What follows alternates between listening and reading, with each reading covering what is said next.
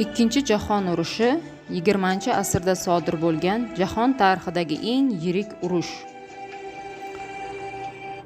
Ushbu urush 20-asr fojiasi sifatida insoniyat tarixida qolgan.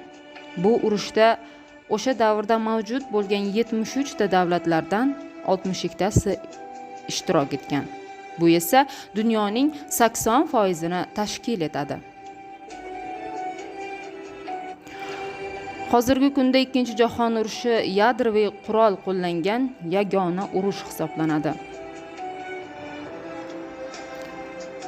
Ikkinchi jahon urushi harbiy harakatlar 40 ta mamlakat hududida olib borilgan. Dunyo bo'yicha qurbonlar soni 65 million kishini tashkil etadi. Shulardan 26 millioni SSR fuqarolari va 500 ming nafari esa vatandoshlarimizdir.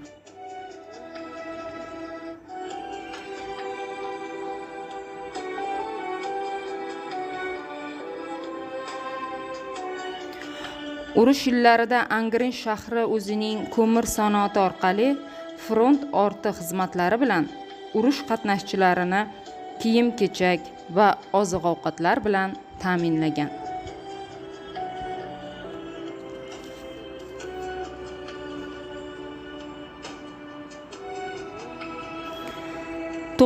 May xotira va qadrlash kuni xalqimizning asriy qadriyatlari, ulug' fazilatlaridan biridir.